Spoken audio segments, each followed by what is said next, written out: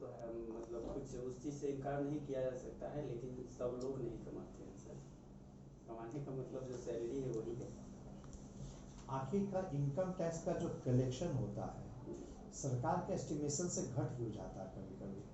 जी, estimation चूँकि sir एक ये अनुमान है, और क्या होता है कि जो एडवांस टैक्स पे होते हैं, पिछले साल का जो बजट होता है, कलेक्शन होता है, उसको देख के अगले साल का एस्टिमेशन बनाया जाता है सर। लेकिन कोई ज़रूरी नहीं, बहुत सारी कंपनियां होती है जिनकी आय, जिनको लॉस जाता है बिजनेस में, तो स्वाभाविक है कि उसका जो इनकम जो दिखाता है अपने रिटर्न में, वो कम करके दिखाता है। इनकम टैक्स अभी कितना पर है न्यूनतम? कितना मतलब रेट? हाँ स्लैब रेट? हाँ, स्लैब में 5% है। नहीं, न्यूनतम कहने का मतलब कितना कितना कितना लाख रुपया पर? जी जी जी, 5 लाख रुपये, 5 लाख रुपये से ज़्यादा अगर है सर इनकम, तब उस पर टैक्स होगा। कितना?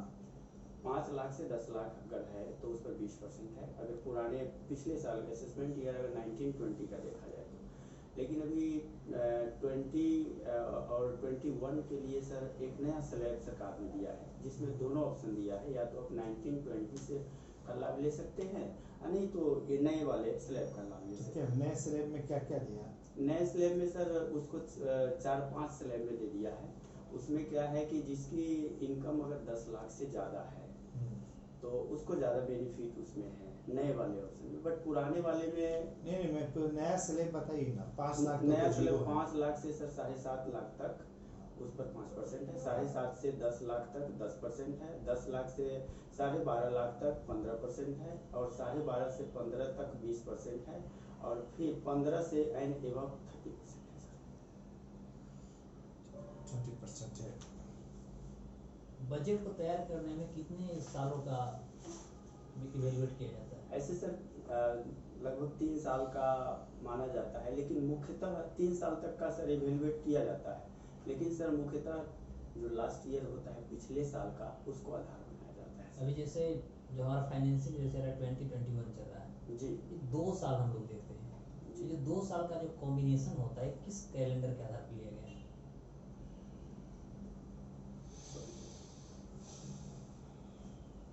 इंडिया में सबसे ज्यादा एफडीआई कहाँ से आ रहा है? अभी सर एफडीआई में मॉरिशस है। एफडीआई या एफआईआई? एफडीआई, भारत के लिए सबसे ज्यादा इम्पोर्टेंट था। एफडीआई है सर। क्यों? क्योंकि विनिवेश, यहाँ पर जो निवेश होता है, यहाँ जो कंपनियां स्थापित होती है, जिससे सरकार को टैक्स मिलता है, इसलिए वो बेनिफिट से। एफआईआई में तो यही होता है। एफआईआई सर वो इंडिया का ही होता है ना, नहीं सॉरी, इसमें हम डिस्टिंग्विश नहीं कर पाए। एफडीआई का 2 मार्ग है, एक मुंबई मार्ग और एक दिल्ली मार्ग, दोनों में अंतर? जी सर, एक्चुअली क्या है कि जो मुंबई है वह देखा जाए तो इनकम टैक्स में सबसे पहले पर आता है, इनकम टैक्स का जो कलेक्शन है, उसके बाद दिल्ली का स्थान आता है, इसलिए इसको 2 मार्ग बोला जाता है सर।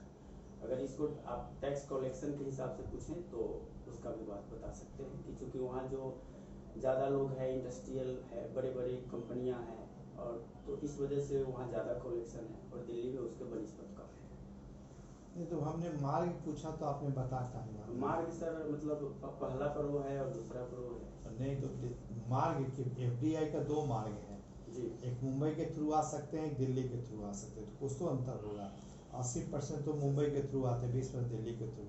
जी, अंतर क्लियर है तो बताइए, नहीं तो छोड़ दीजिए। क्योंकि सर दिल्ली मुंबई को देखा जाए तो सर वहाँ एक तो आर्थिक राजधानी होने के साथ साथ वहाँ सर और जो समुद्र गलत है। अच्छा, उदारीकरण जी, चीन में कब शुरू हुआ था?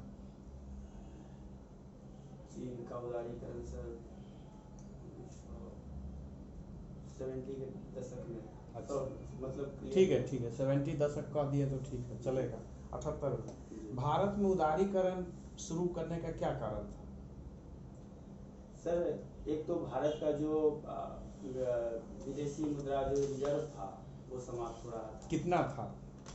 सॉरी सर, एग्जैक्ट डाटा तो मुझे याद नहीं है, लेकिन लगभग समाप्त हो चुका था, बहुत 1 सप्ताह 2 सप्ताह के लिए। 2 सप्ताह के लिए। और दूसरी बात ये थी कि पूरे वैश्विक स्तर पर वैश्वीकरण हो चुका था तो हम अपने बाजार को बंद अगर रखते तो उस स्थिति में भारत की अर्थव्यवस्था सिकुड़ जाती। अच्छा, बी भूमंडलीयकरण क्या है? बी ग्लोबलाइजेशन क्या है? G D D D